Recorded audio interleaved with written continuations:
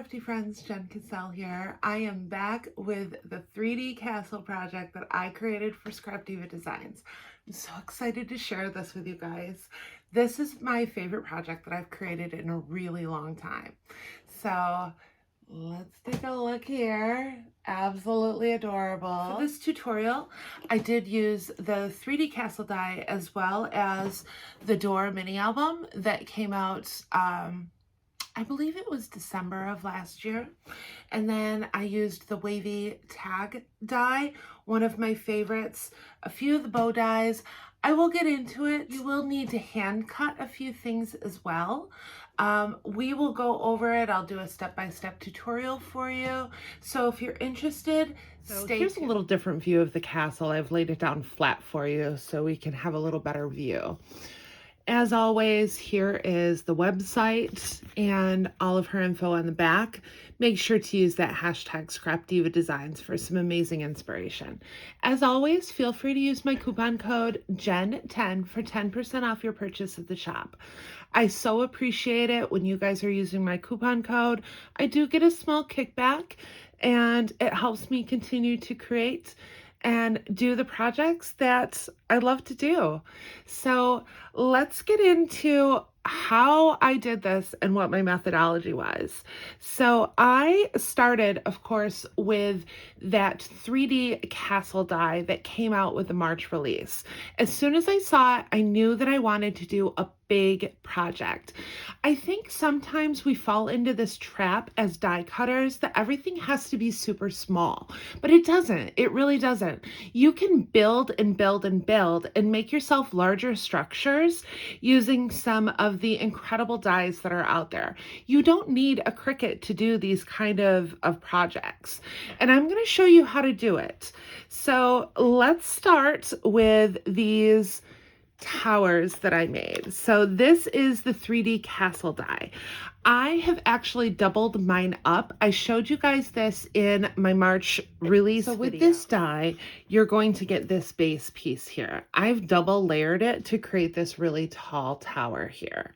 Of course, you'll see a lot of the windows in there. It does come with a flag that I used on the top here. And then if you do the reverse, you have the roof portion of the tower. You have that edge die that I did in the gold foil, and then you also have this layering piece for the bottom. You get two of those. I've also used that bow die that I've been using a ton of lately. This is from the Heart mini album that was released last month. Absolutely love. I went through and I did some trim, this yellow trim. I believe I got this from Hobby Lobby. And then I did a little butterfly cluster at the top here. So stinking cute. I just love how this turned out. So cute.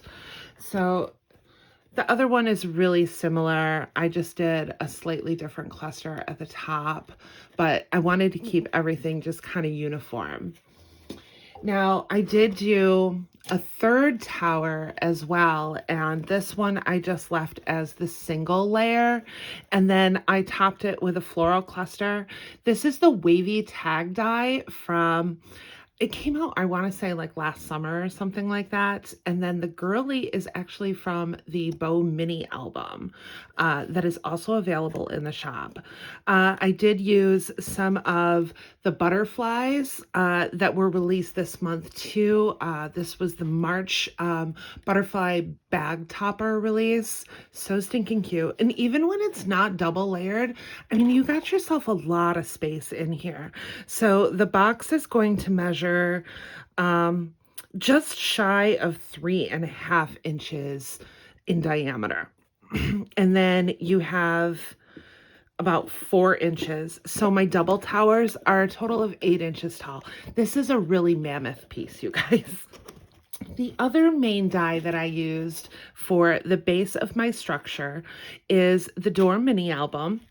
And then this was released last, I believe it was a November or December release. And I just used the front portion of this. This is a die that I go back to left and right because it's got some great leaves in here. Just a super, super fun die set. I really liked this one. I did a Christmas card with it when it was first released, and I absolutely loved it. So to make the structure that comes out of the door, I grabbed the suitcase die set that came out, and this is the shadow box portion of it. I used it to bump out the structure a little bit just to give it a little visual interest. So you're also going to see some of the windows on this portion, and I flipped them over and used them kind of as drooping banners from that top layering piece. And I really like how that turned out. So what had happened, this was a happy accident. Originally, I was going to do the turquoise mist windows for my towers. And then last minute, I decided that I wanted to do it white, but I had already die cut a lot of them. So I ended up flipping them over and doing them as the banner. But I also wanted to tell you, when you're die cutting the windows, save those inside pieces, because that's what I use to do the faux brick on all of the structures. So I'll give you a little closer look with this one. And I really like how it turned out. I had a bunch of the white and I had a bunch of the blue left. So I just kind of went a little crazy with it. I will say that the brickwork was a bit time consuming, but it really just kind of brought the whole piece together. And I think it all blends really, really well. The main structure is this box here. And this is going to be a two-parter.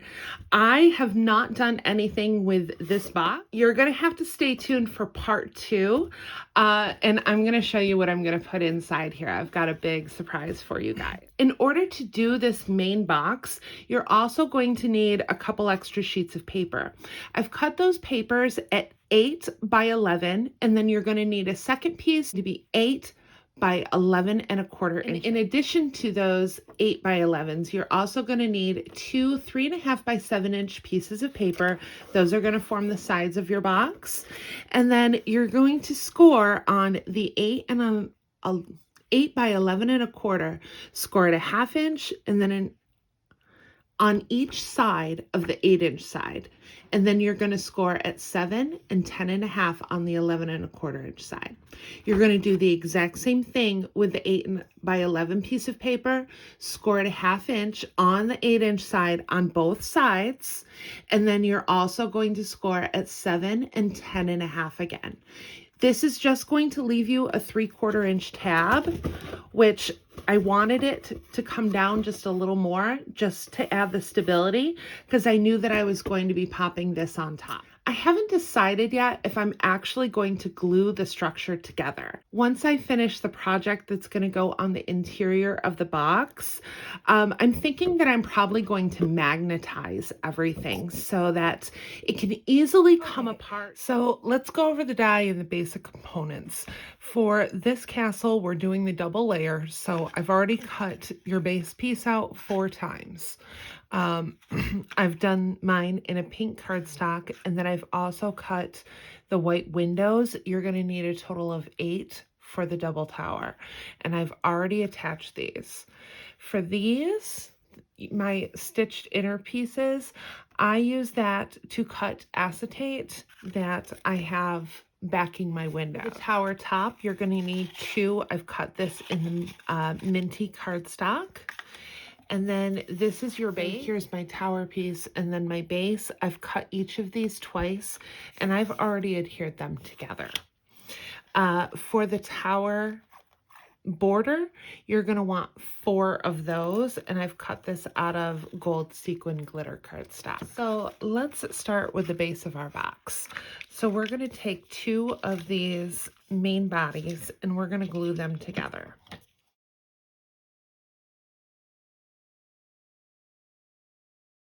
Now that I have these put together, I'm going to take the first of my bottom pieces, and I'm just going to start adding some glue along the bottom tabs of this. I'm going to glue all of them at once. I'm just going to drop this into the bottom. And now I'm going to take the second one and put glue all over this. And I'm going to add a little more glue than I normally would, especially around these edges. And you're going to use this to cover the bottom. Just line everything up. With this second layer, I did not bend these bottom tabs. I want them to stay straight. I'm going to add a little bit of glue to this tab here.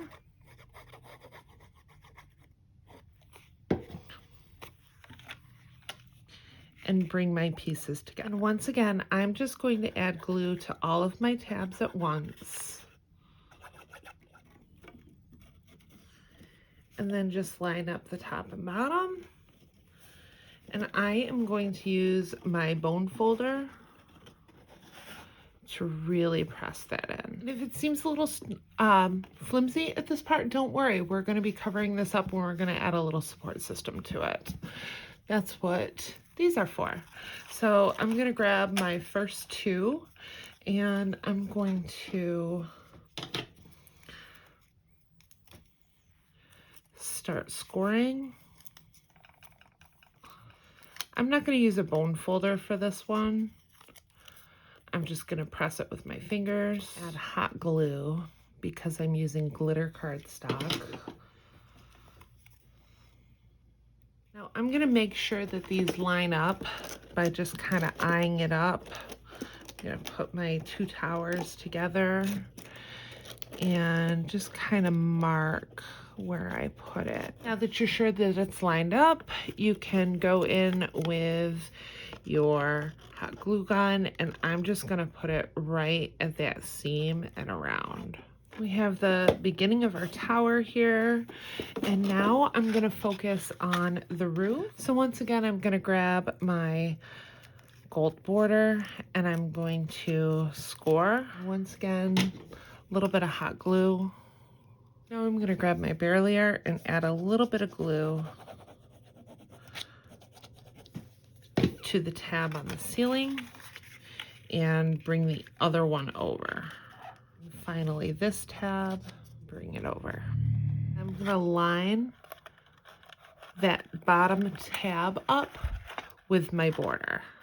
Same thing, use a little hot glue and line that tab up. Okay, I'm on my final tab. I'm gonna add just a little bit more hot glue to my tab, bring this down, lining everything up. What you're gonna need, I've actually cut this back piece a couple of times. I'm still not sure if I'm going to use white or gold for my door frame. And then I also have this white right here. You're going to want this. I've double layered it, not because you really need it double layered, but I was trying to kind of decide what I was doing, and I ended up using a scrap piece of paper. It kind of lost the stability at the side because I cut out of it, so we're just going to add a top piece to it, and it makes it super stable. So you also want the stitched layer, and this is going to be the back of your shaker. I cut this out of the white, and then of course I also did the door frames in the aqua mist. And I've done that on both sides of the door. So you're going to want 2 pieces total, and I have already cut these in half. You're also going to want an acetate layer for your shaker. I cut that twice, cut it in half because you want to be able to see. Now for the suitcase shadow box dies that we're going to be using, there's 2 of these tabbed, and I've cut the small one because there's a small and a large. I've cut the small one twice. I've already done the tabs inward on both of these, and then I cut the large one once. I've done the tabs, and then I've also curled the paper. I have cut this bottom portion out twice.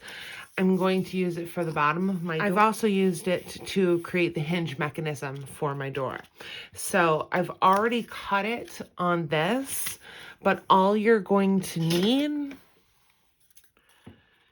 is to just cut that tab off, and then I'm going to add that tab here. I did cut it down a little bit, And I'm just going to eye it up using this door. And I'm just going to cut it right there because you don't want it to go above that curve. And add my little tab on the end by folding it over. You should have this at the end of it. Now you also have the layering pieces for these strips. I haven't cut those out yet. I'm not sure if I'm going to use them. I want to wait until we get a little further in the project to see where I have my acetate on, and I've already added the foamies to my door. Quick shaker compartment using the foamy strips. This is a secret weapon. It just makes making a shaker so easy. If you wanted to, you could also cut this out of foam. It's totally up to you, but this just takes a couple seconds to complete. So to make my shaker mix, I found this cute little shaker that I have in my stash already. So I'm just going to start with this as a base. I have all of my protective strips off the foam, and I'm going to apply this. As you can tell, I did end up adding a patch. This is a good tip too when you're making these kind of shakers. If you don't like where one of the foam pieces is sitting, you can patch it and just add an extra piece of foam in there, and that shaker mix isn't going to go anywhere. I have my shaker together. I did get a little ahead of myself. Don't forget to put your strip in between your shaker. I'll show you an up close right here. So I was able to get my shaker up, but make sure you put that hinge inside there, and it's going to buttress up against this back panel.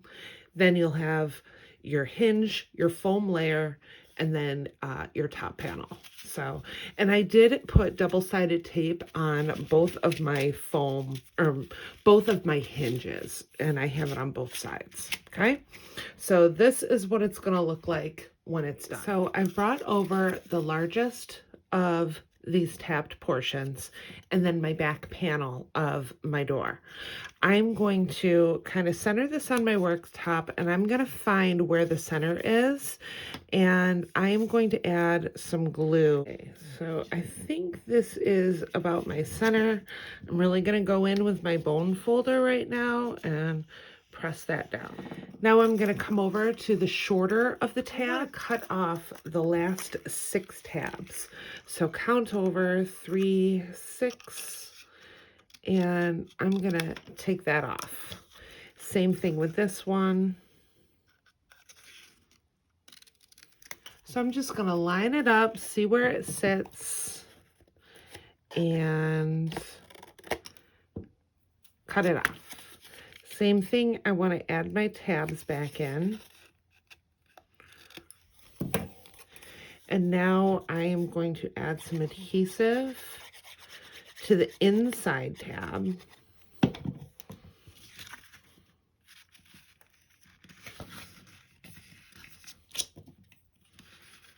And now you can go in with these pieces.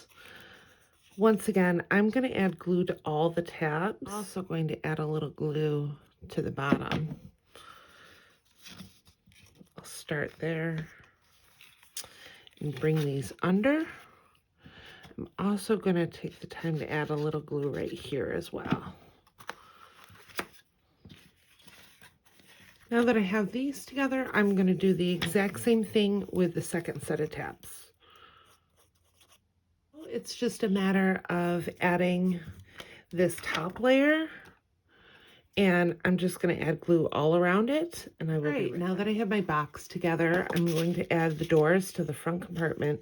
So I'm just going to go ahead and line this up. Take your time. And I'll do the exact same thing with this one. I've added some glue to this top layer. Don't forget, you need to take your double-sided tape off and then line it up. And I'm lining it up at the top because once it hits the double-sided tape, it's got to stay there. Okay, so we have our door finished. Got our door finished. Love how it turned out. Let's set it aside. We're going to work on the main component of our box. 2 sheets of paper. One is 8 by 11 1/4. The other is 8 by 11. 1/2 inch on either side of the 8-inch side. So on this one, you're just going to want to score on the 8-inch side. On the 11 1/4 inch side, you're going to score at 7 and 10 1/2 inches. Okay. You're going to do the exact same thing on this. You're just going to have a larger tab. I'll show you a little better on this side. So this is your 8 by 11 sheet of paper. I've scored a 1/2 inch on either side. I scored at 7, and then I scored at 10 1/2, leaving this 1/2 inch tab. I mitered these corners down. I'm sorry, guys. I thought the camera was going. It was not when I started to complete this box. I'm glad I ended up grabbing it when I did. So the second one, this is your 8 by 11 1/4. You've just left a longer tab on this side. Once again, you're doing the 1/2 inch score lines on either side. You're doing the 7 inch and then 10 1/2. This leaves you with a 3/4 inch tab. I've once again mitered the corners. I did not miter corners on this. I left it a long tab. These 2 boxes over here, in addition to these papers, you're also going to need 2 3.5 by 7 inch pieces of paper. I have attached those on the long tabs. You're essentially just making a really large box. If you wanted to, you could add the 3.5 by 7 inch pieces of paper over here. It doesn't matter which side you start on. We're just going to be folding it up anyways. So you're going to want to add some glue to these tabs. This is going to be the bottom of your box. And I'm using my work surface, and I am just going to line everything up. That's how you know you've gotten a 90-degree angle on this, and it's sitting where it needs to. Now it's just fitting these last 2 tabs in. I'm going to add my glue.